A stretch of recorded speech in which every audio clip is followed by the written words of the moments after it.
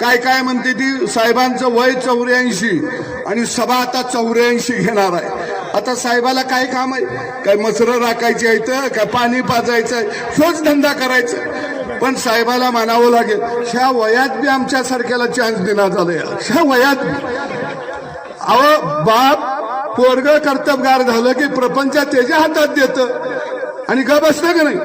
पण हे म्हातारं खडूस आहे, तिजोरीची किल्ली कमराला लावून हिंडतया। अजित दादा किल्लीकडे बघून बघून म्हातारं झालं। अजित दादाच्या लक्षात आलं हे म्हातारं किल्ली देत कमराची काढत नाही, म्हणून दादा आता किल्लीला लोंबकाळत म्हणताय किल्ली तोडल्याशिवाय थांबणार नाही, कारण आता हे भात झालं।